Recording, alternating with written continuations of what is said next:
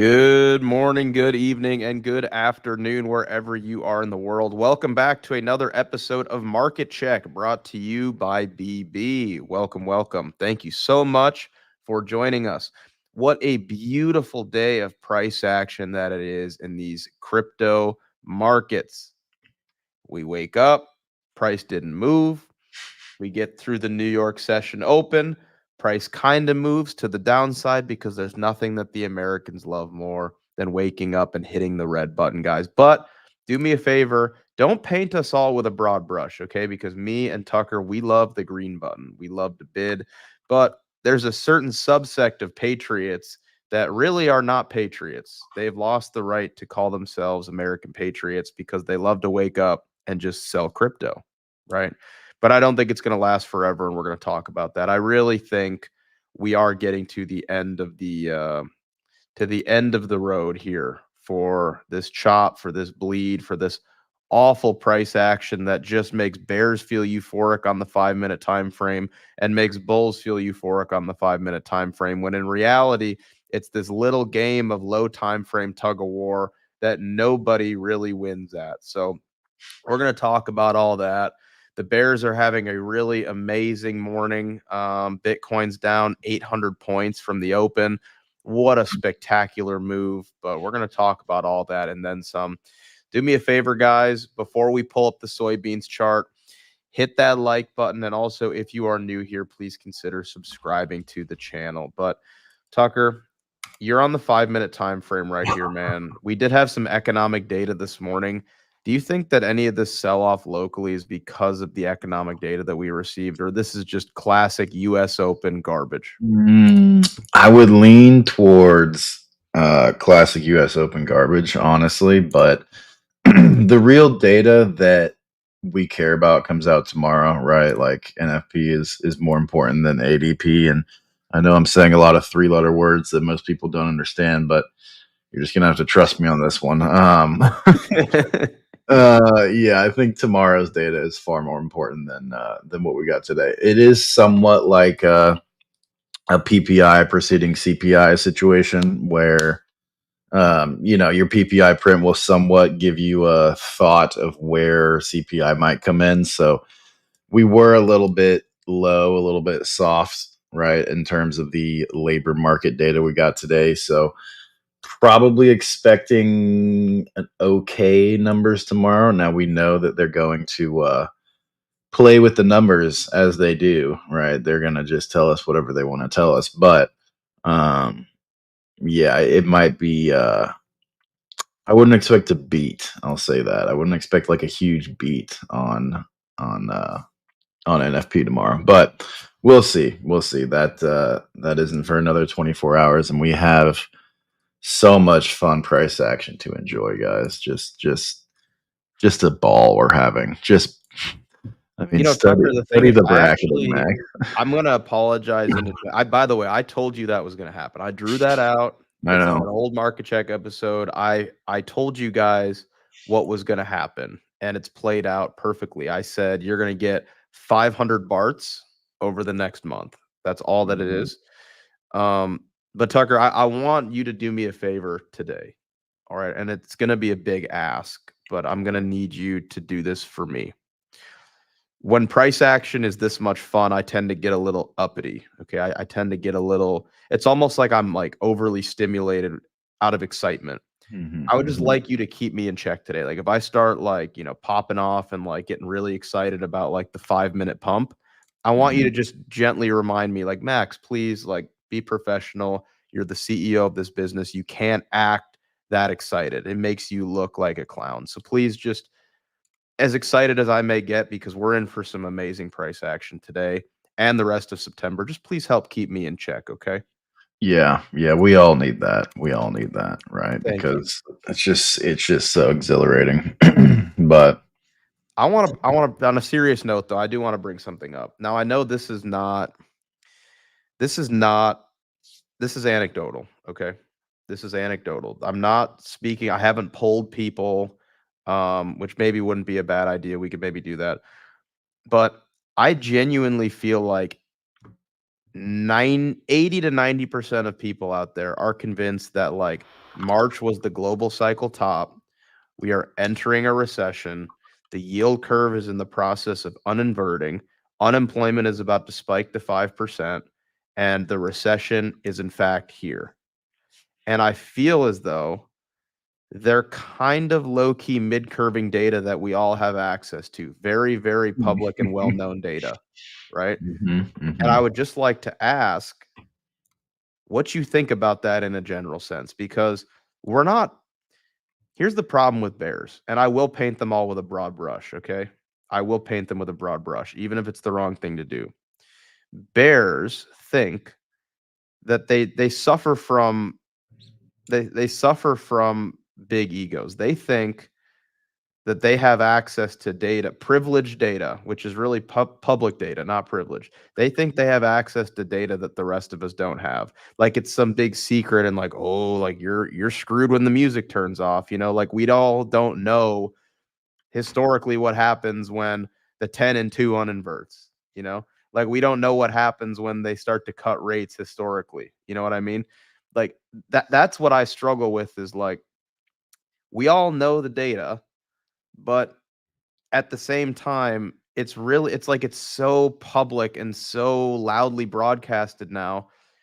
I don't think you get to just like short the piss out of capital markets when the 10 and 2 flips the zero line and on September 18th we get our first rate cut, you know? I don't think it's that simple. Like I'm aware of the probabilities. I'm aware of the historical trends. I promise I've spent just as much time looking at it, if not more, than all of you. I just feel as though it's a little bit more nuanced than that. But maybe I'm overcomplicating it. Maybe maybe it is that simple, I'm willing to accept that maybe I'm wrong on that, but I also recognize that markets are more forward looking than they ever have been. And not that we won't ever have like a big recession or something like that, but these dips they will not let it dip, like every dip just gets bought up quicker and quicker and quicker. And I guess there's, problems that can come from that. But anyways, Tucker, what do you think, man? Like, the probabilities as well. Yeah, it's not it's not rocket science that, everybody can go do this, ignore that, and Yeah. and go like this and throw on some vertical lines and be like, okay, oh, it's over. Yeah, When the right. We can all do disinversion, that. oh, Yeah. it's over, right? Okay, so now what's happening? Oh, it's over again, right? What you should be looking at is not the 10 minus the 2, it's this. Okay. Correct. It's the 10 minus the 3 month. It's more reflexive to interest rate change, in my opinion. And you have to think about this equation too, right? Like, why does this chart uninvert? Is it because people are buying 3-month yields? So buying 3 months bonds so that the yield drops and this chart goes up, or is it the other way, right? They're selling 10 years. So really what it is every time is they are buying 3-month notes. I believe they're notes or bills, whatever. They have a bunch of different names for They're their different. they're buying a lease for 3 months.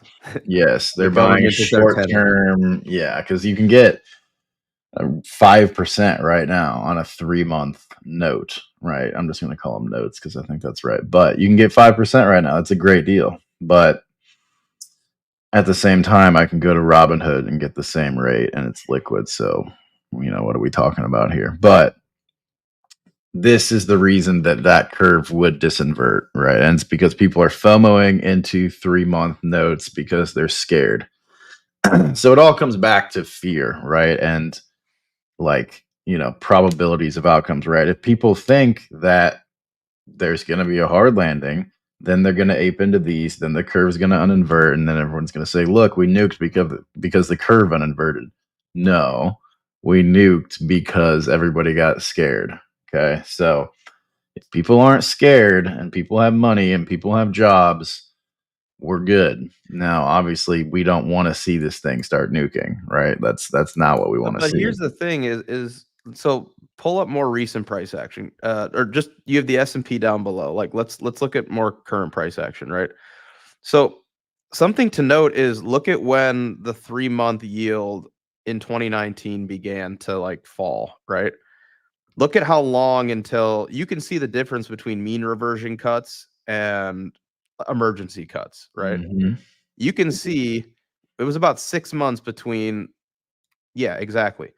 There's a difference between mean reversion cuts, which are immediately good for the consumer and small businesses, right? So here's the thing about like, okay, now zoom back out and let's look at older price action. It's not like we have 100 data points to look at here. We basically have like half a dozen of like these Fed cycles of they raise interest rates, they pause, and then they cut.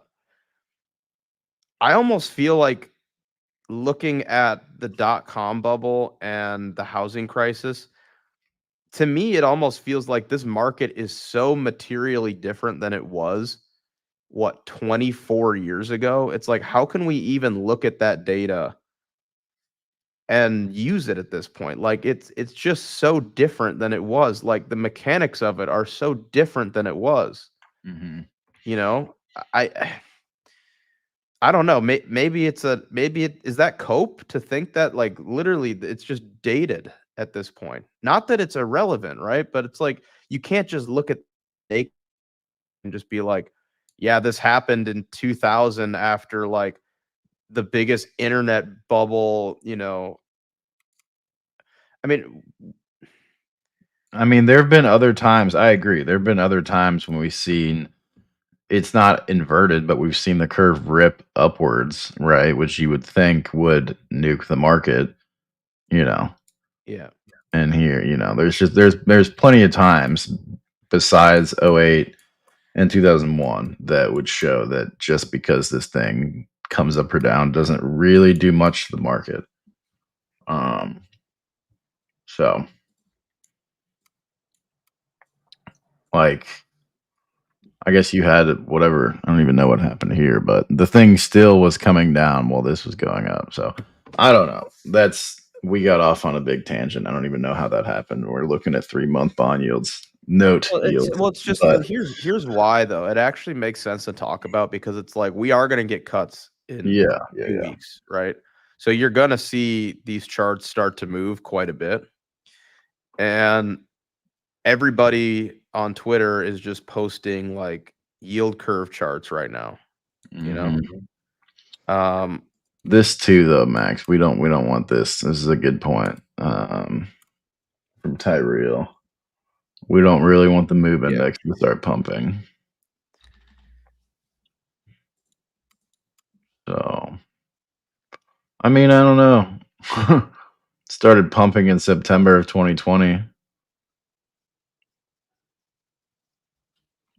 I don't know. I mean, it's elevated, right? It's stayed elevated, which Here's where I think that like the important thing to note is like we're going to get cuts. The big question is, are these emergency cuts or are these mean reversion cuts, right? Because there's a lot of reasons to be bullish in like a left curve sense, right? Bitcoin halving. Oh, I turn brain off. I bid dip after Bitcoin halving, right? Like that's great. Like that's historically good. Okay, Mhm. I bid right around the US presidential election, regardless of whether a Democrat or Republican wins. Historically, you rally for at least a year after a US presidential election, regardless of everything else that's happening. It's typically really good for markets. Okay. Um, so like there's some left curve, like really simple things to be bullish about. But then of course you have, like you do have unemployment working its way up.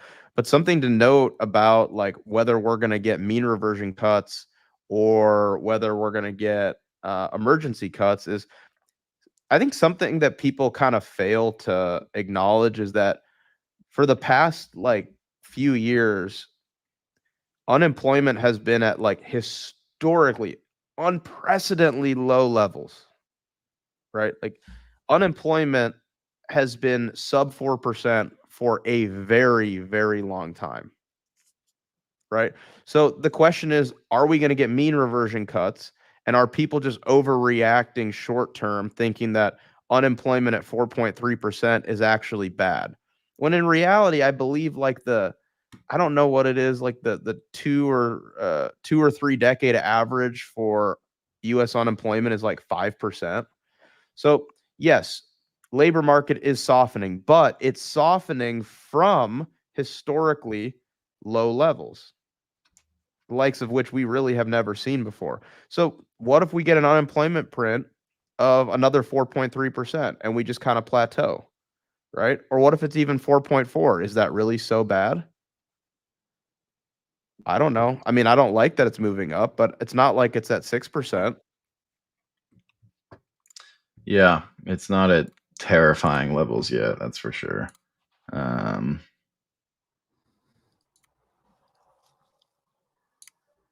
Yeah, it's going to be interesting to see what they do with equities. They are selling today, huh? Nvidia looks okay. I don't know why TLT is not higher though, guys. I really don't. Especially if they're trying to price in a 50 basis point cut. I mean, which I they don't think shouldn't. They they're shouldn't gonna. be doing. They're not. They're. Not, I don't think we're gonna I get don't think they're 50. gonna. I don't Here's either. the thing, Les. I think if they do 50 basis points, I feel like that's a really bad thing. Honestly, Yeah. that signals to me more like emergency cuts. Like, oh crap, we waited too long. You know what I mean? Mm-hmm. That worries me a little bit. 25 basis points is like that's smooth sailing. So I feel like you need to look at this and just go like, we're not going to get much constructive price action until FOMC on the 18th, right? Oh yeah. Why would we? No, it's gonna be a nightmare. Yeah, it's gonna be a nightmare. Yeah. Hmm. Look at us, Hey, man. sup, guys? I know. I saw that. Does I this don't know all if sound it's like cope? I don't know if it's cope. It's literally just kind of like I don't know. It's like acknowledgement of both sides, right? It's like we see the data, but I think it's more nuanced than, I think it's more nuanced than just like the 10 and 2 is crossing the zero line, sell Mhm. everything for 4 years, I don't think it's that simple. Yeah. Somebody said check Fed Watch. I'm pretty sure. I'll just pull it up. I'm pretty sure It's like a at 30 to 40% chance of a 50, yeah 50 basis point cut. It's been bouncing around a little bit. 37. It's down from yesterday after the print. What are Jack, we 'cause talking about? I would love for you to weigh in on this because I remember like a year and a half ago, you were overlaying like smaller economies, interest rate decisions with the US, specifically like European countries, where sometimes the they will lead what happens here in the US. And as we are approaching what now seems like an absolute certainty that we're going to get our first cut, I don't need to tell you this. You know this as well, if not better than anybody. Typically, what happens to US equities when we get some cuts? How do you reconcile a bullish bias on risk, knowing that we do have FOMC in the 18th, where we're most certainly going to get cuts? Yeah, it's a good question, Max. I didn't want to cut you guys out because you guys were cooking. I want you to cut me off, chef. I want the chef to No. just cut me off. Do it. No, listen. If Padawans are cooking, you don't cut them.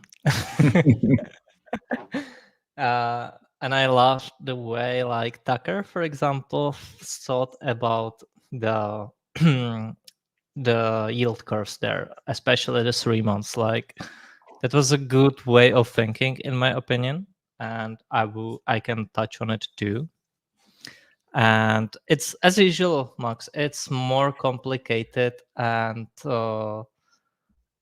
like in a way, it's not right. Like you can be completely left curve and say, "Hey, the yield curve is crossing upwards. I'm selling," but you need to stick with that for some time. And every single thing what I've learned in the market is not as simple as people think they are, or it is.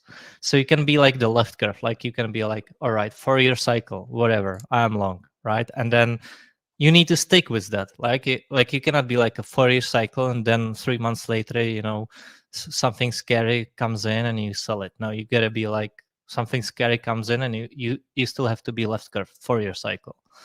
And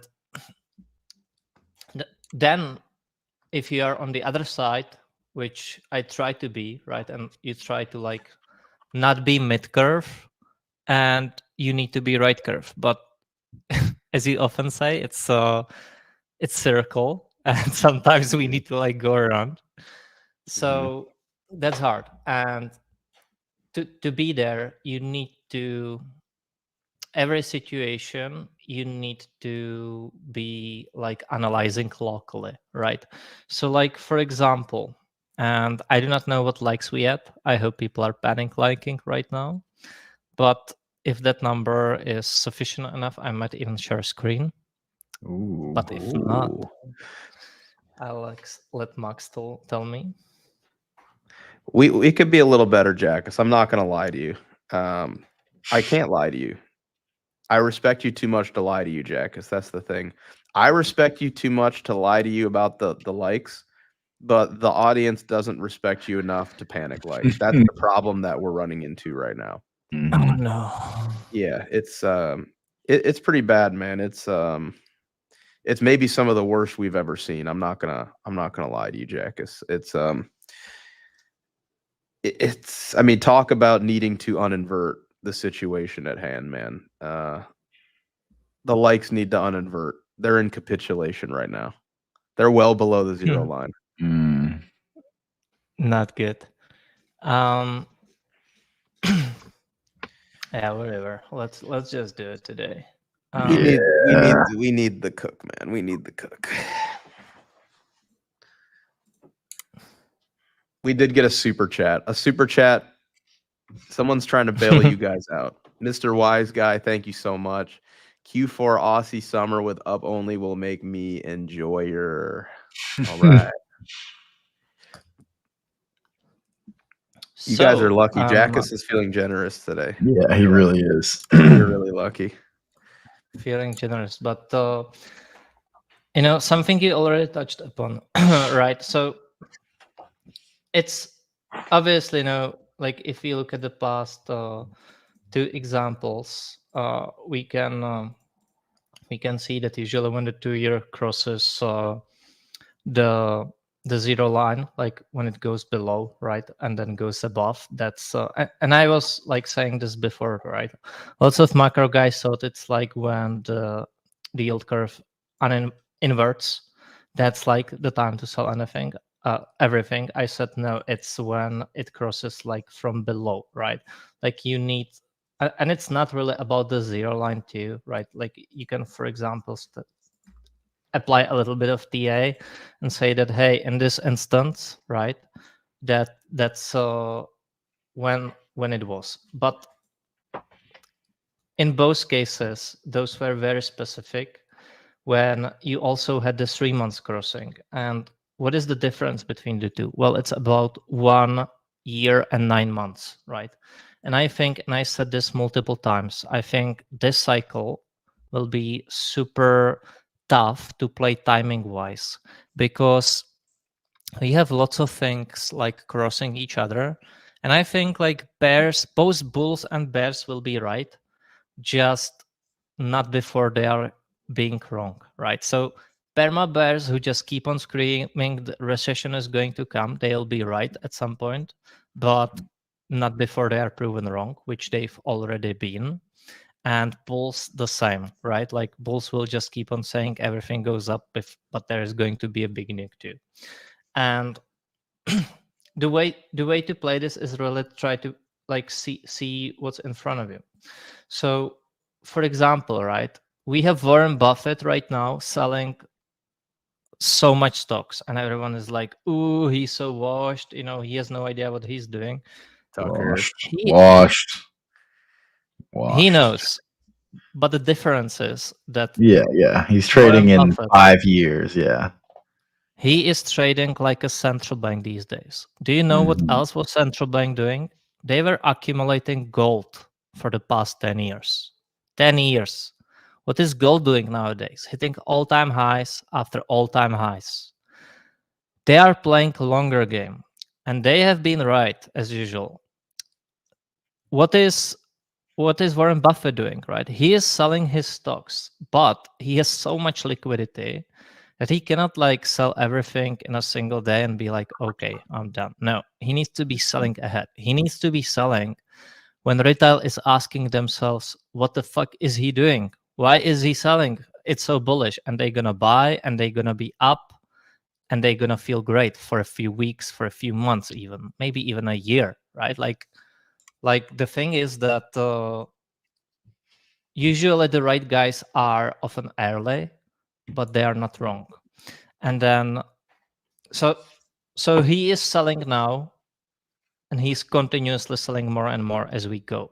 And probably in like the next few months, you will read some new headlines saying Warren Buffett sold historically the largest amounts of stocks.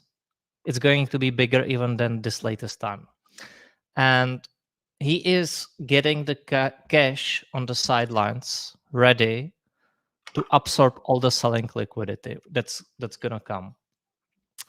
Is what I'm trying to say is it's about the timing and it's about the size, right? His liquidity is different than yours. Now, when it comes to this, what I have right here, right? So the 2-year right now is crossing the zero line, and it's clearly telling you, hey, something's gonna happen. Well, cuts are gonna happen, right? And that's going to probably mean the problem. But look at the three months, right? Look at this one. This wasn't the case before. In each prior examples, you had basically the 3 months and the 2-year crossing around the same time. This time around, that's why it's so tricky. And that's why every single time it's like history rhymes, but it doesn't repeat.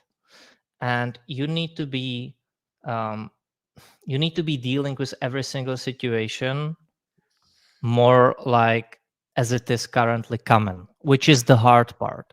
And I said this next years is going to be super hard because lots of the stuff will need to be approached as it comes, level to level.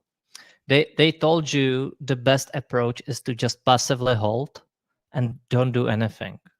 And it always comes in cycles. For like 10 years, that might be a good play. And for the next 10 years, it will not be. These are the next 10 years when you will have to actively manage portfolios.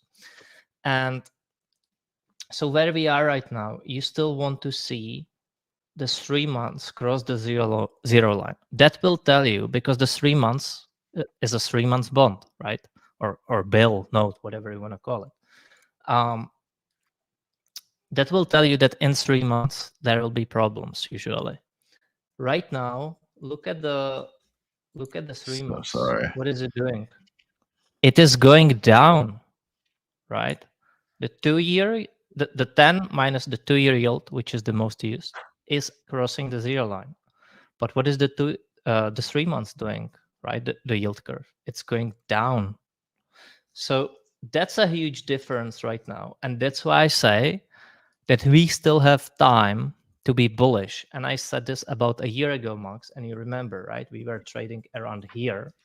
I do. And lots of macro, and obviously macro guys got it completely wrong here, but then they got it wrong again right here, or like through here. And I was saying right here, I was a bit early, I'm not gonna lie, I was a bit early. I was saying, like, I think we are doing this retest, right? I'm not sure if you like bounce already from this level right here, or whether like we're gonna do one more, which we did. And that's why you often can be early, but you will be right. But you cannot be like that early where you're like calling for a recession here and then the price is here. Then that's like not good. That's what perma bears are doing. So I was saying that we need to wait for you basically want to stay long as long the market is telling you, and we did that, right? The market is way higher since then. Even the Bitcoin market, although locally, we have some troubles, but it's time to stay long. And I think this is still the case. We want to stay long as the market is telling us. Like, look at the structure, right? That's another part. Nobody's looking at this. In 08, or 08 was the last big one, right? You had a bearish structure here. Like, you were climbing up, you swept the all-time highs here, and then you nuked, right?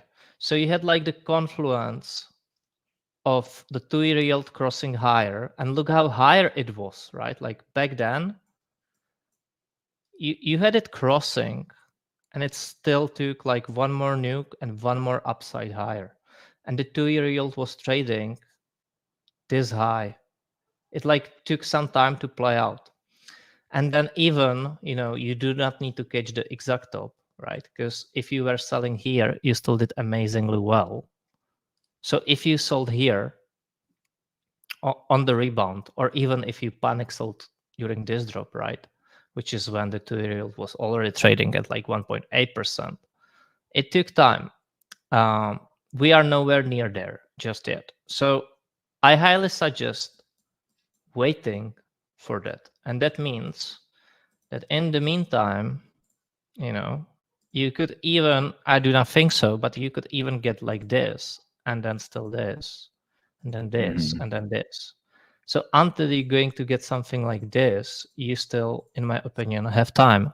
So, and I said this before, I think we are at a topping formation on stocks. I do not think there is that much upside left on stocks, but I think there is still time. And in this time period, that's when crypto should shine.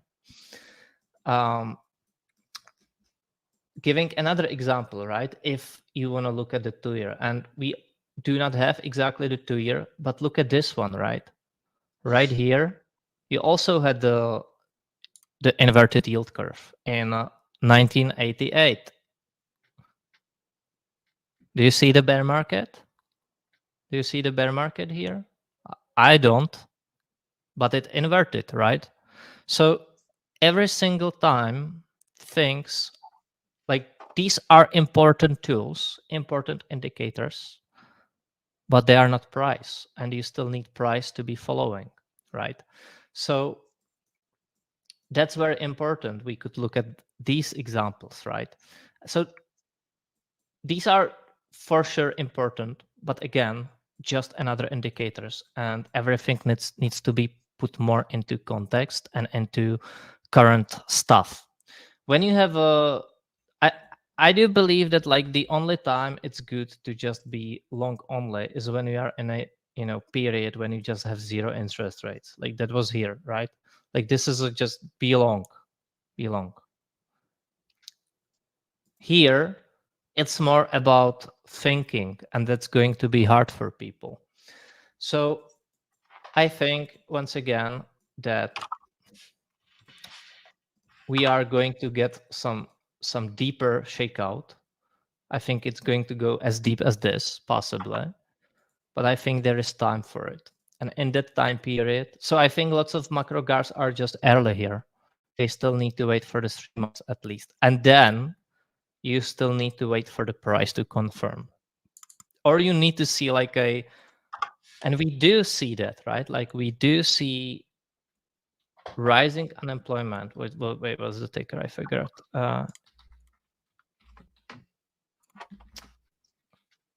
Employment.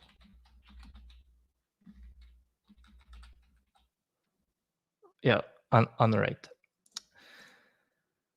You do see the unemployment rate starting to tick up.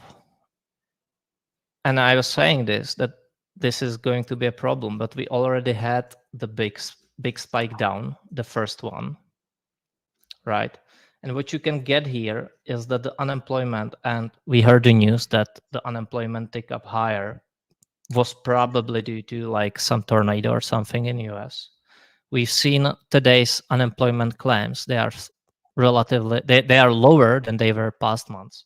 So I think that on Friday we're gonna get unemployment rate probably lower. But I always said it's not too much about the number, it's more about the trend. And I think that this can still, go like this for a while before it really starts spiking up.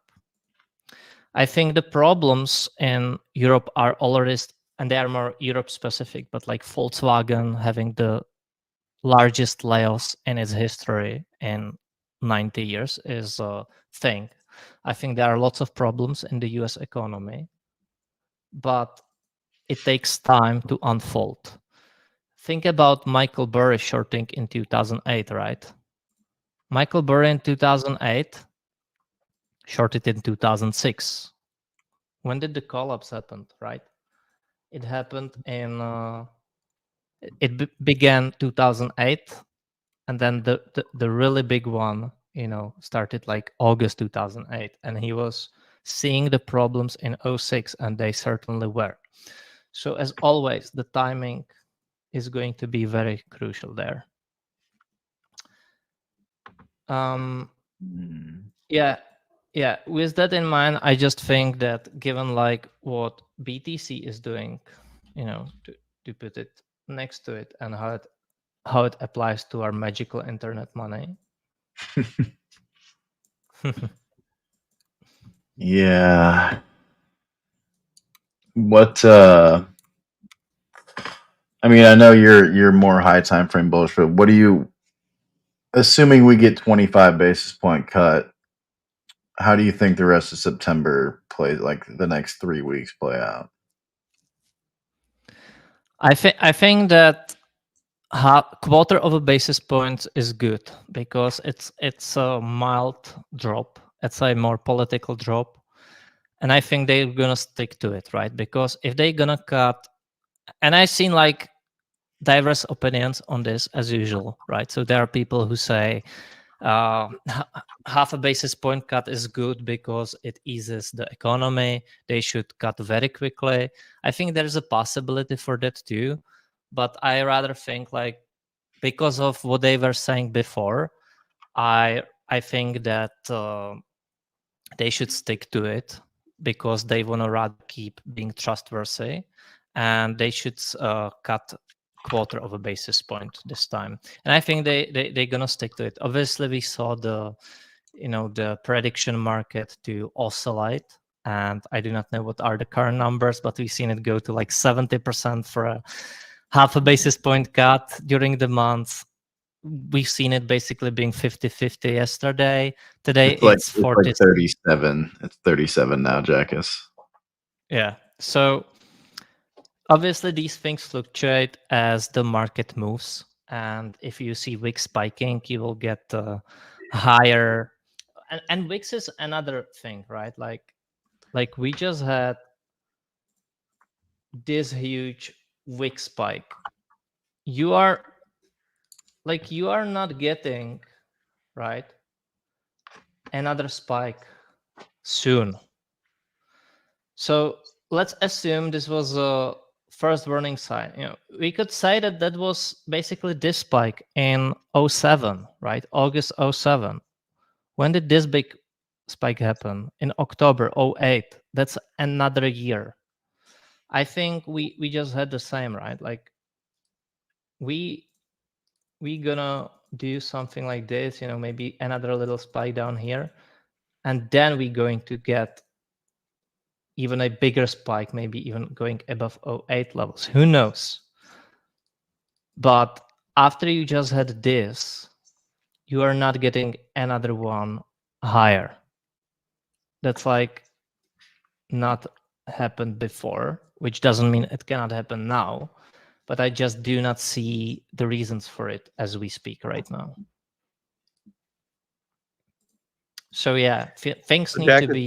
typically when we get a big VIX spike like you had just shown, roughly it looks like the VIX keeps doing this, like it will spike and then it does like a compression for like a year or something like that, where it will have a few more spikes and then just kind of like sell off again. Is that kind of what you're expecting now? Yeah, basically, like it's gonna compress, right? And what you basically want to see is wicks compressing. Stocks, therefore, should be moving up, but they will not really be moving up. They will kind of be going like this, maybe like slightly higher, but it's not gonna be exactly like this, right? It's going to be more like sideways. And at that point, you're asking for trouble because you're gonna get something that's gonna cause the structural break. Wicks will spike higher.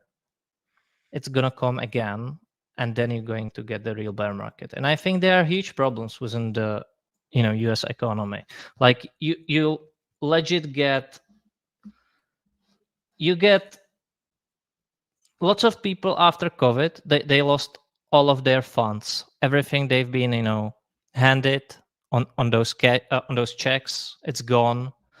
The debt is the highest it's been.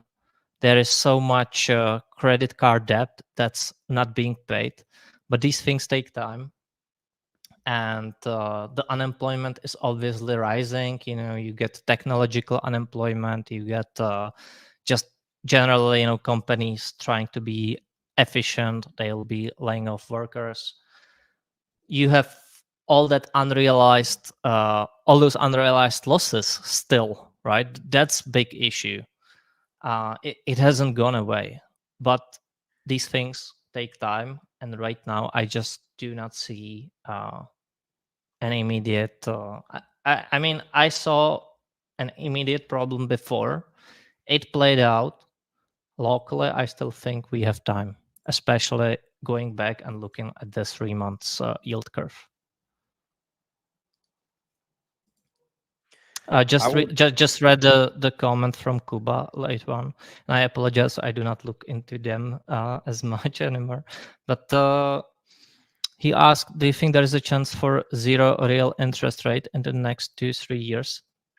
When he speaks about real interest rate, I assume you mean like the difference between CPI and interest rate, right? So, for example, if you have CPI at 2%, then interest rate should be at 2%, which means that the real interest rate is at 0 in that case. So I do think that's going to be the case because we have, I do not think interest rates will go to 0, but again, until like very, very much in the future, probably. But I do see, what's the ticker for it? No, it's not.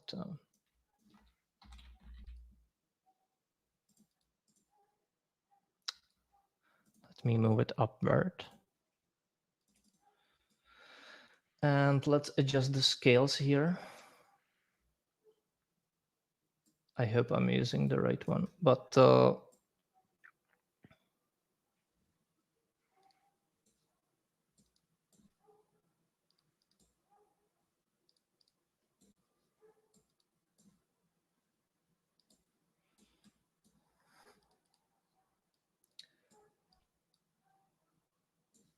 yeah, more or less like this, right? So interest rate is basically moving where inflation is. And if inflation is going down, you'll see the funds rate going down as well. And whenever the Fed funds rate are below CPI, it basically means that if you are lending money, you are losing money. So interest rates should be above, always above the current CPI numbers. So if we currently have the CPI around 2.9%, that's approximately where Fed funds rate will be going, and we can assume that in the time period, CPI will be going even lower than that. Therefore, we can assume that Fed funds rate will be following that, as they usually do, right? So that's kind of what I do expect. And yeah, at some point they will probably cross to answer a scuba question. Anyways, I think you had some question, Max. I think I was just going to comment. First right. of all, love your analysis. Totally agree. This was actually more of like a crypto specific question. Now that we have the Bitcoin and ETH ETFs, do you ever spend time doing TA on like the Bitcoin ETF tickers? Because I was looking at the ETH one this morning specifically. You could look at the Bitcoin one too. I feel as though a lot of market participants kind of overlook these new tickers. Like if you looked at the ETH one, maybe go down a little bit lower to like the 4 hour or something like that. There's a gap that ETH is filling right now, which might be trying to carve out. Yeah, you know what I mean? So I don't know if you put any weight into these specifically, but I feel like now that we have new players in town, it is somewhat important to check out these other charts. I don't know how you weight them in your analysis. I rather look at if I like want to look at Wall Street tickers, I would just look at ETH on CME, right? Like Yeah. that's the one that interests me, and I do expect the CME gap to get filled. And by the way, look at these two, right? Like we had this big one, and I was saying, hey, this is going to get filled. Well, guess what? When we came back and filled it, we exactly precisely bounced of it, and then we had this one below us, right? What happened? Look at all of this, right? Look at this CME gap. We came back to it, right, and bounced of it. So saying that they do not matter, they do. Right here, right? We kept rejecting from it, but I do think that we are coming back to fill it. But I do not look at like the ETFs, although I don't know if they will matter in time, possibly. I mean, it's another piece of confluence or data to look at and analyze, but yeah. Yeah, definitely. Well, I was telling people this. I'm like, we've seen ETH, just talking about ETH specifically, we've seen ETH bottom a few times this way. Where like you recognize that we just had a capitulation event in early August, right? Like ETH dipped from 3,600 to 2,000. Okay. That was a capitulation. That was a pain. Okay. No question about it. Whether we go and we sweep the low or whether we carve out a higher low right here, as a spot holder, it doesn't really matter too much. Like obviously going back down and taking out that low would be painful. We've seen it go both ways before, but it's kind of a coin toss, right? It's like you kind of have to recognize like we're either in a bottom reaccumulation region locally or we're cooked, right? So bullish bias on ETH on risk. This is the spot to bid and to load up. The question here is like, are we going to carve out that higher low locally, or are we going to go sweep the low from the capitulation? To me, it doesn't really matter too much, right? Like I've been bidding, I've been shoving all liquidity in this region right here. Do you think we take that low out, Jackus? Or I mean, it doesn't really matter to me. Maybe it doesn't matter to you either. But what do you think about that wick? I really do not see a reason. Like, if we are bullish, I do not see a reason for us to be taking this low, to be honest. I don't. I think we are just filling the wick right now. Yeah. We are prolonging this super annoying period we are at, but at the end of the day, I do not see a reason to be coming down there if we are bullish, and I think we should really be bottoming here. Yeah, I would agree with Like, that too. this is it.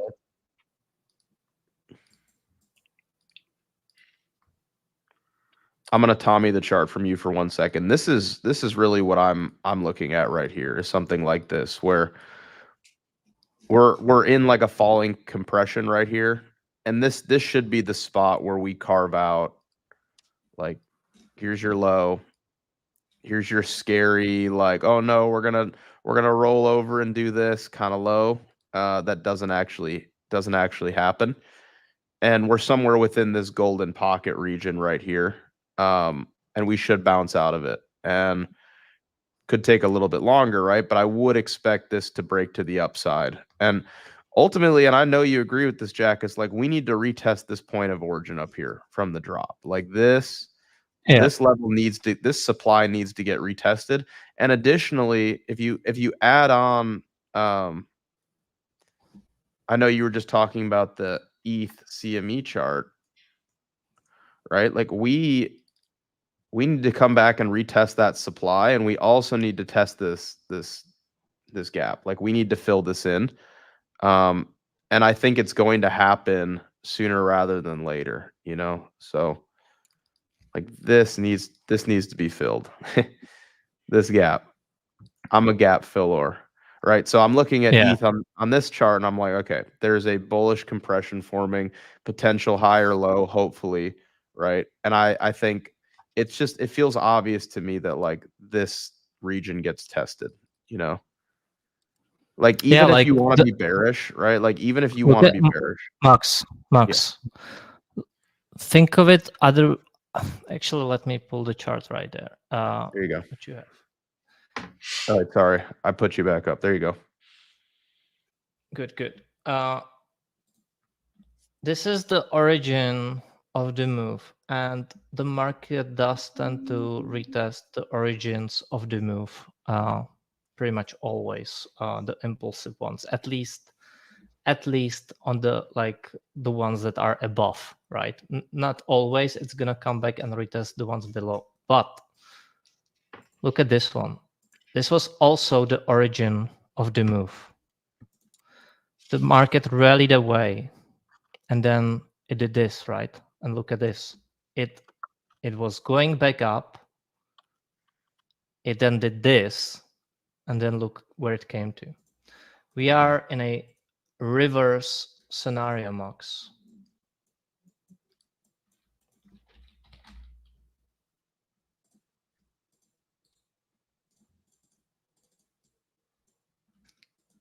Right. We are right now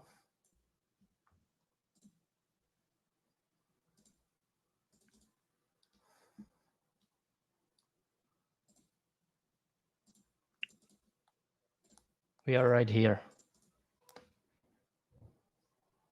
We had the impulsive move higher. This is inverted. This is the same chart, just inverted on the local price. You had the impulsive move. You had the bounce. You get the pump. And then you go back and retest the origin of the move. So what you can expect probably is like a move like here. Right? Maybe like I see it. You see it, right? Mm-hmm. Although there is a big difference from how this is going to play out next, because then you need to apply context to everything and apply higher time frames, and higher time frames here say higher. So we don't stop at the red box. We don't stop. Yeah, we don't. Like we could pause, but we don't stop. Yeah. I essentially do not know, but what I do know is that the market sees this as a real resistance. And look, we had the bounce. The bounce didn't even touch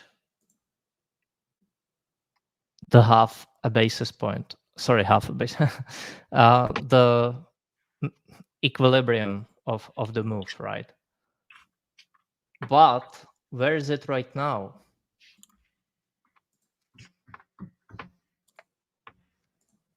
Oh. Who could have foreseen? Oh.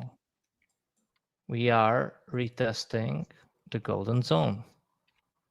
So this makes like a perfect higher time frame bit retest for move higher to retest the origin of the move, in my opinion. So I still do view this, and listen, it could have, and we've seen this before. Right here, we've seen it go and do this, right? This could have happened. Instead, the market makers decided that we are having so much fun in this range. It's just so enjoyable.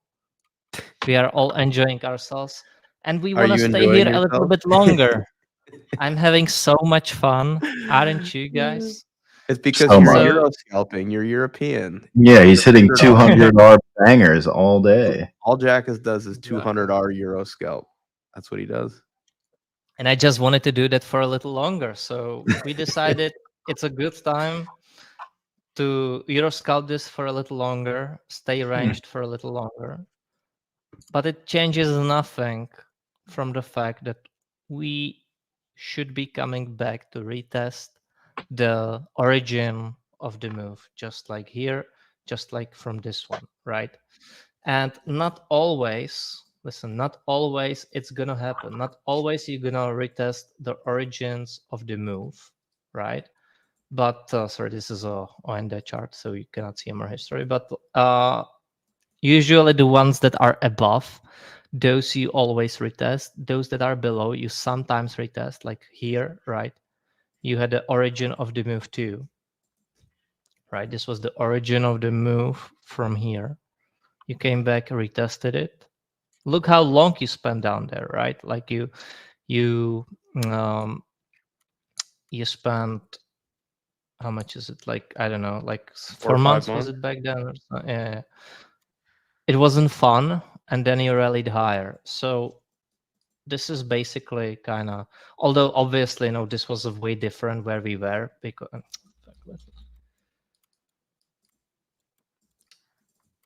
because we were way above here the prior all-time highs, versus this time around we are like we are where we are.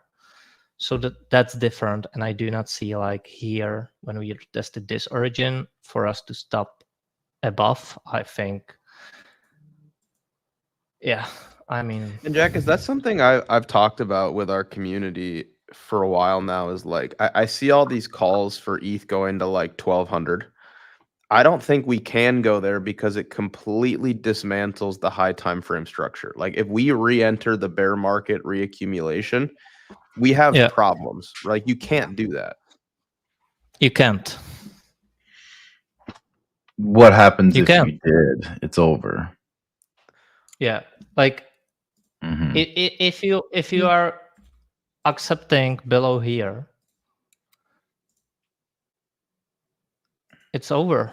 Like if It's you go done. down here, you go, it's The equal lows at $5 will be tested. like, it always baffles me when people say like, oh, I cannot wait to buy Ethereum down here, you guys all have it wrong. No, if it goes down there, it's going much lower. It is what it is. Like there are certain levels you simply cannot break, because if you do, you're going lower. Let me Tommy the chart real quick. Okay. This is why I've been talking at length with our community about this. Okay. You just cannot do it. Like this has to be a bear market range retest. Like this is as clear as I can possibly make this. You're in a downtrend, right? Like this. Then you shift, you put in a high time frame, high or low. We're going to exclude the 1 in 100-year statistical outlier black swan. Okay. We're going to exclude COVID. Now you're in an uptrend, right? You got your bear market retest. It held where it needed to. What are we doing right now? Bear market, high time frame, high or low, right? We're in a bull market. You cannot shift structure to the downside here, because if you do, it's ogre. Okay, you need to maintain this high time frame structure. Therefore, we are at a level that must hold, right? If we're going to be in a bull market, it has to hold. Like here's your high time frame structure. This is all that matters. The next leg that comes needs to be the expansive one, the one where we leave behind all of this down here, where we leave behind all of this forever and we can never come back to it. You can't, once you've spent 600 days or whatever it was reaccumulating and you break out of it, on your first retest, you need to hold this. And this is the first retest of it. We broke out of this. How long did we spend down here? From when we entered it to when we exited? 560 days, guys. We spent 560 days in this region right here. 588 days. You can't go back after that long down there. This It is your can't happen. first retest. You cannot go back Yeah. underneath it. I'm just telling you. So it's like you don't have a damn option but to be bullish here. Like if you're holding crypto, like this is literally your spot, right? And then if you want to debate, like, okay, well, this is the high time frame must hold spot, right? Like we can't lose it. Okay, well, then let's debate, then let's debate how we bottom, right? Knowing we have to bottom here, right? It's literally non-negotiable. Like I'm not willing to negotiate because you just simply the structure will be cooked. Then you can debate, okay, do we go down? We have to bottom here. We know that we can't do this and mark down. It's impossible. Otherwise, we're cooked. So the question is, do we sweep the low and then move up? Or is this your local higher low and then we're about to break out and then retest, this supply region? That's all that I'm willing to debate because I'm not going to entertain it being over yet because we're at our first high time frame retest of our bear market reaccumulation. Like this level right here, you cannot under any circumstances go back into that range. Impossible. We're cooked. Unless you get a black swan and it's like a wick or something, right? If it's like, and like 12 hours later, you're back up. But you can't plan on something like that, right? If Japan liquidates itself again, then maybe. But Can't happen. Can't happen. Like this needs to be your bottom reaccumulation range because again, I'll just draw this. Like this is your do not ever go below line. You just can't do it. You simply just like over here, you can't go back in to the bear market reaccumulation range. It is illegal to do that.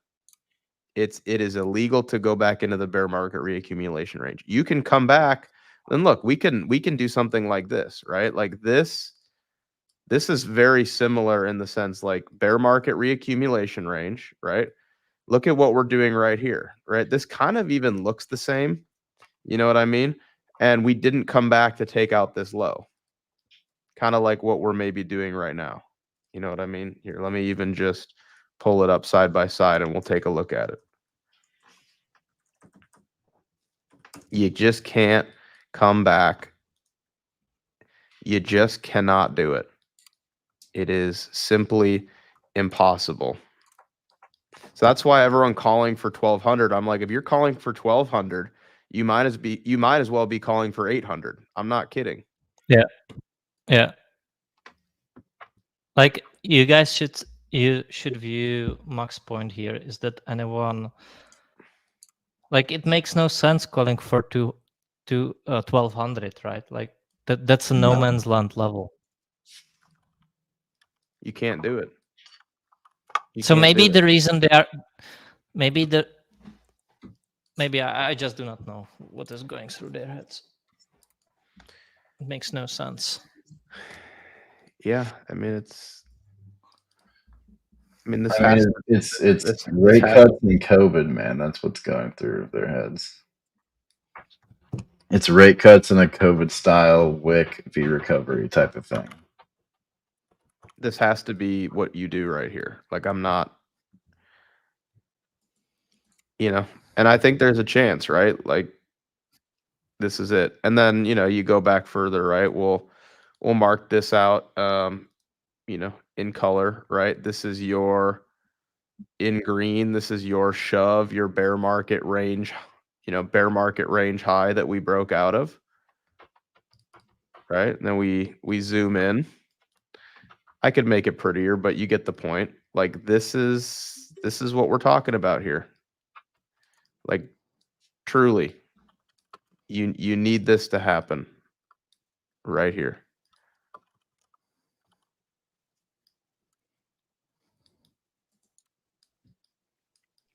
Yeah. I can't negotiate with the US does not negotiate with terrorists. And if you're expecting a $1,500 ETH, I will not negotiate with you because you're calling for 800 without even knowing it. So yeah, you've got to run back September 23. really. Those I got you people, back those up, people Jackus. are just preying on people's emotions, right? Like they're extracting your social, your attention value. They're extracting the currency of attention from you. So I cannot justify those levels at all. I had this time frame period, and obviously, like this cycle, there is still a good question from where the bear market started. But even if we take this, like, because there are good, so for example, just so people know what I'm talking about, right? So if we, for example, take Doge or many other cryptos, basically the bull market top happened in May, April, right, for most. And then some had like the complacency shoulder above its prior all-time highs, while others did not. So like there's a big question whether, like, from where you begin calculating the cycle top of the past. But even if we take the latest one, if we extrapolate the time of 1113 days till we broken, actually it might be, yeah, whatever, that leads us to November, right, to break all-time highs. So I think like, And Q4 is typically pretty good, Jackus. and Q4 is historically the best quarter for the market. Let's see where we were at 1029 days, right? We were right here. Right here. So you use the analogy, Max, of us, you use that little fractal of us being down here on the daily. Yep. If we look at time, we are at the same spot too. Who could have foreseen? It's interesting, right? I was actually of the opinion that this cycle would be quicker because we did go on to make a new Bitcoin all-time high before the halving. But with how long this bleed has taken, this reaccumulation, we're perfectly on pace with previous cycles. Like perfectly. And I'll pull a Tommy real quick. I hope he's watching with me saying that. I'm going to show you real quick, and then I'll go back to you, Jackus. I'm going to show you right here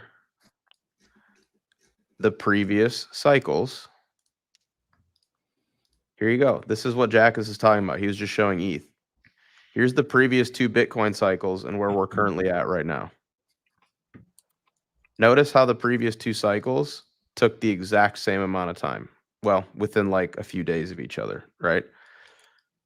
But buying Bitcoin between a Bitcoin halving and a US election has historically been the best time to buy. Max, let me push back real quick, and I agree with you, obviously, but the thought that, okay, we're going to look back at this data and say this is going to happen again, but we're just playing devil's advocate, but we're going to look back at yield curves and say, nah, not going to happen again, right? Talk to me. So you're saying Taking 2 to 3 data points on one end and saying nah, and on the other end saying yep. Yep. I would say more recent data carries more weight. And this goes back to 2016, where the yield curve data points go back to 24 years ago, 25 years ago. Mm-hmm. That would be my bullish cope justification for cherry picking data. Mm-hmm. Just had to, because I had the thought and I was like, oh man, that would not be good.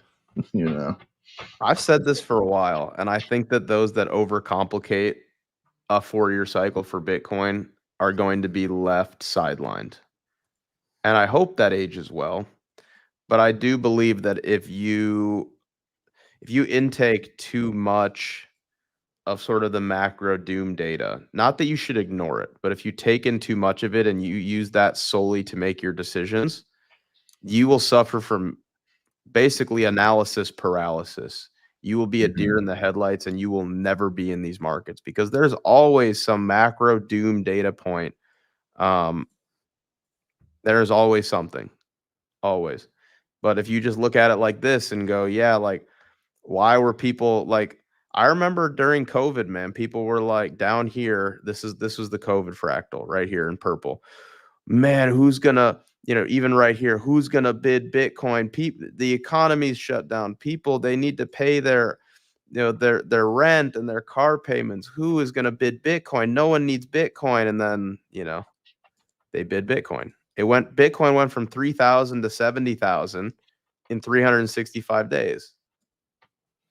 Now, Max, I'm just gonna keep playing devil's advocate because it's good stuff. But Why are you advocating for him, Tucker? He's the devil. I know. I'm just saying that cycle can be chalked up to the Fed printing $1 gazillion, right? What about the 2016, 2017 cycle? What could that one be chalked up to? I'm just talking about like the COVID buyback type of thing. Mm-hmm. Right. No, yeah, I agree. The cycle before that is probably what we're doing, probably more in line with what we're doing. But like that just straight shot from 3K to 70 is ridiculous, But this was also ridiculous right here. Like this move was a statistical outlier to the upside. Yeah, This one, it was like a mean reversion. It's like this was the average, right? Like that line, overcorrection to the upside, overcorrection to the downside. We should have just done, if nothing crazy happened, we should have just done this and probably even gone higher. You know what I mean?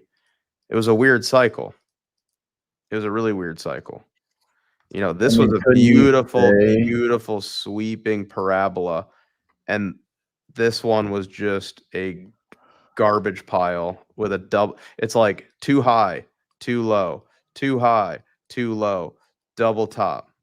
Sam gets liquidated. Do you think that because we put in an all-time high before the halving, that there's any case to be made for that or no? I think my best justification for an all-time high before the halving is that we should have gone higher last cycle if we hadn't had all this garbage.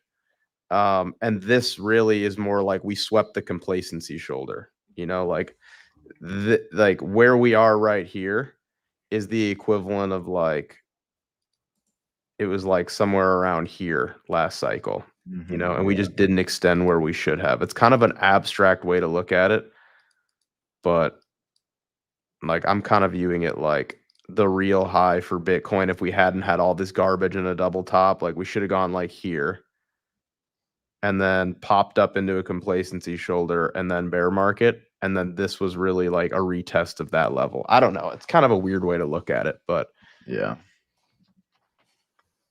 No, I see what you're saying. I'm on board. These are just questions that answers had to be had. Yeah, I just can't. I mean, look at this damn. Jesus Christ, dude. What? Just the comment section. Where's my? How do I get rid of it? Where are the 3 dots? I can't get rid of it. Oh, it's on X. We can't get rid of it. Christ. Nobody click on that. I mean, this is hard to you fake. can get it. You can delete that on Twitter if you have access to the BB account. I'm not on it right now.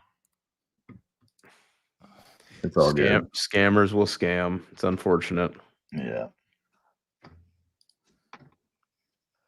But then again, I'm like, if you're buying a ticker in a comment in a stream, you kind of deserve to get rugged, man. Yeah, you do. God, this guy's a clown though. Let me block this guy, man. Let me block this guy, whoever he Why? is. Let me go to the BB account. This guy's getting nuked if I can find him. If I can find him, he is nuked, man. Where is he? Better hope I can't find you. I'm coming for you. Oh, it doesn't even show me old chats in here. I'm on the BB account. Oh, wait, here we go. Yep, this guy is getting blocked. Goodbye. Goodbye. I found you. You're toasted. It's over. I can't delete the comment, but he got toasted. Look at Z in the comments. Z. Jackus, I got you back up on the screen. Go ahead. No, I'm pretty much finished up cooking. I think I cooked enough. I did not demand the likes. I do hope that guys liked it regardless. But yeah.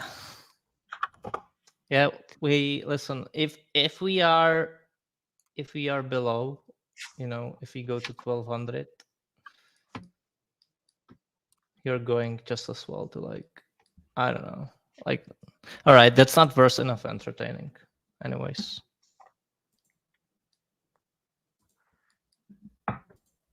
Yeah, I would agree. I wonder if this line matters at all. Nah. It's busted. It's busted. But yeah, I mean, I'm just like,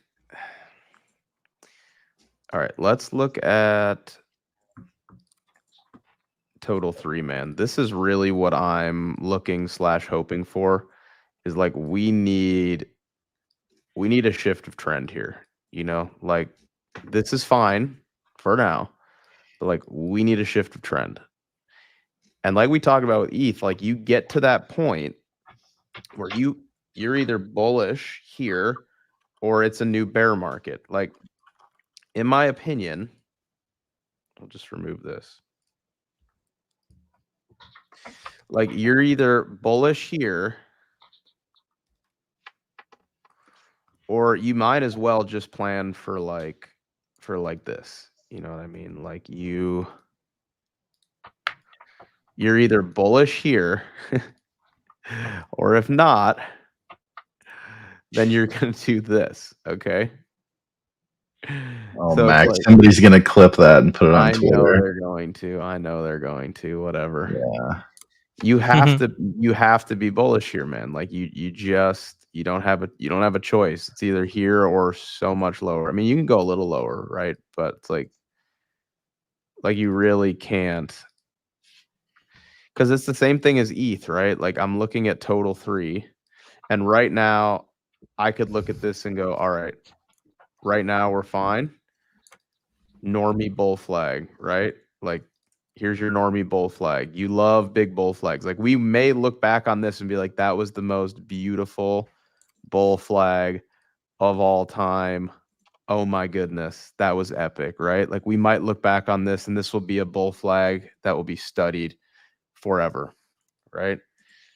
But I'm just telling you, like you can't go back into here at all. So I'm like, when are you gonna get bullish? You know what I mean? Like when will you get bullish? Because here you are retesting high time frame demand on top of your bear market reaccumulation. So it's like I ask again, when will you get bullish? If not here, what do you, like where? You know what I mean? I guess you could maybe make the case for like, doing something like this locally, right? And we could do like a little head and shoulders kind of thing, inverse head and shoulders, right? You could do, we could talk about this, but I'm like, you're coming into that region, guys. Like you are coming into that region.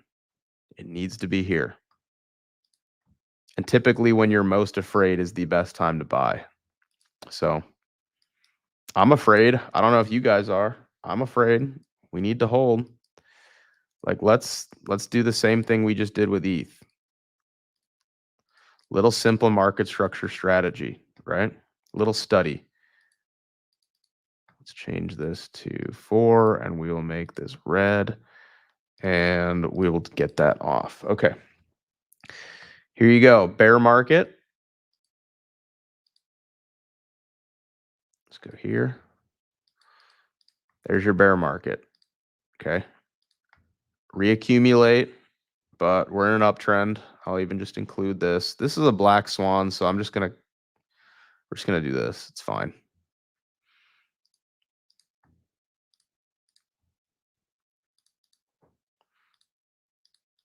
Here you go. There's your uptrend. And you never came back in to the bear market reaccumulation, right? You get out of it. That's fine. Now let's go into the next bear market. This is total 3. Let's make it red. Okay.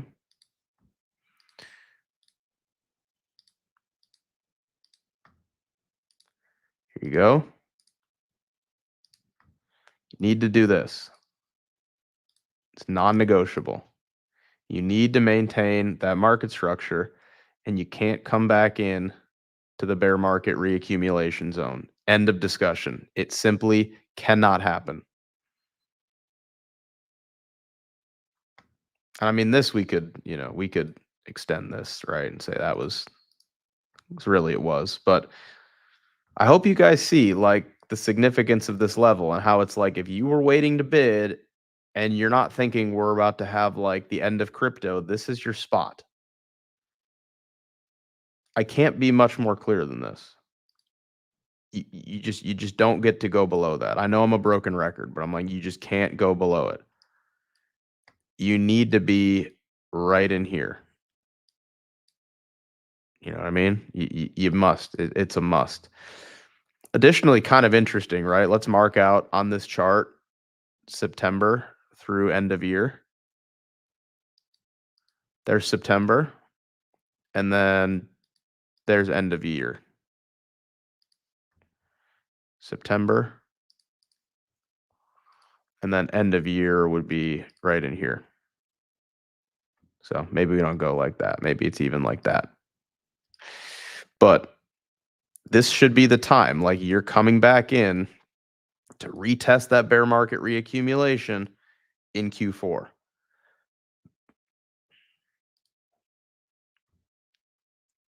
Must happen. Yep. Also, this needs to happen, Max. Yeah, it does. It really does. It really, really does. Yeah, it does. It's time. What do you think about? I've seen a lot of this recently too. Like, oh, the 4-year cycle, everybody knows about it. But also, it's like, oh, Q4 pump, everybody knows about it. September dump, everybody knows about it. Like, how are you thinking of sentiment for the rest of the year? Why don't you answer that one, Tugger? I think fading bullish sentiment in a bull market is dumb. I do. And I think crypto Twitter is an echo chamber, as is our Discord, right? Where everyone actually knows what they're talking about.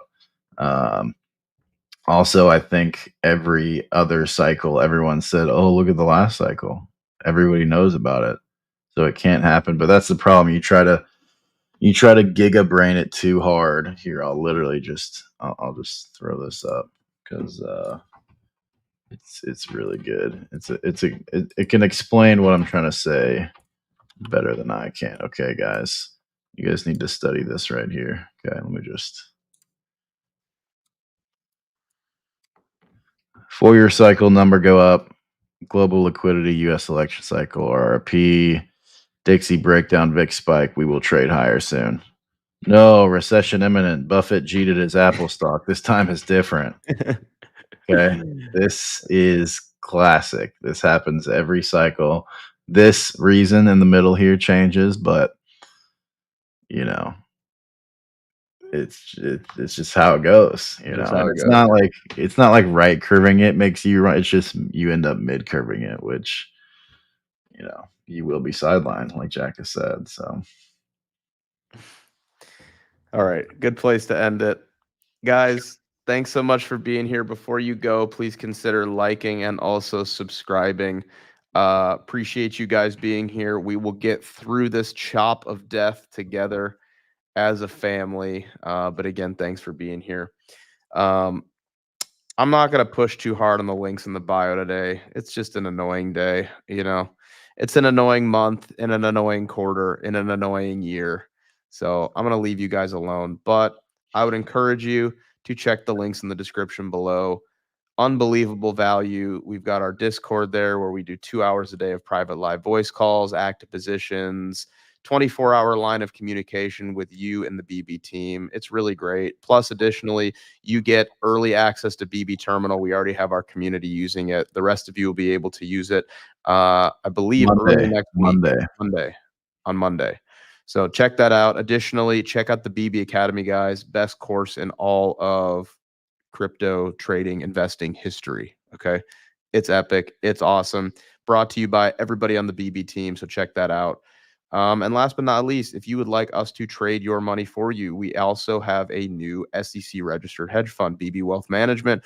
We are now open for business, guys. We're a long and short hedge fund. So if you want us to deal with this for you and position for you, it is a very actively managed fund brought to you by the BB team. To tell you more about it, check that out in the link below in the description. Schedule a call, and we'd be happy to speak with you more about that. Guys, thanks so much for being here. Please like and subscribe, and we will see you guys tomorrow. Everybody take care.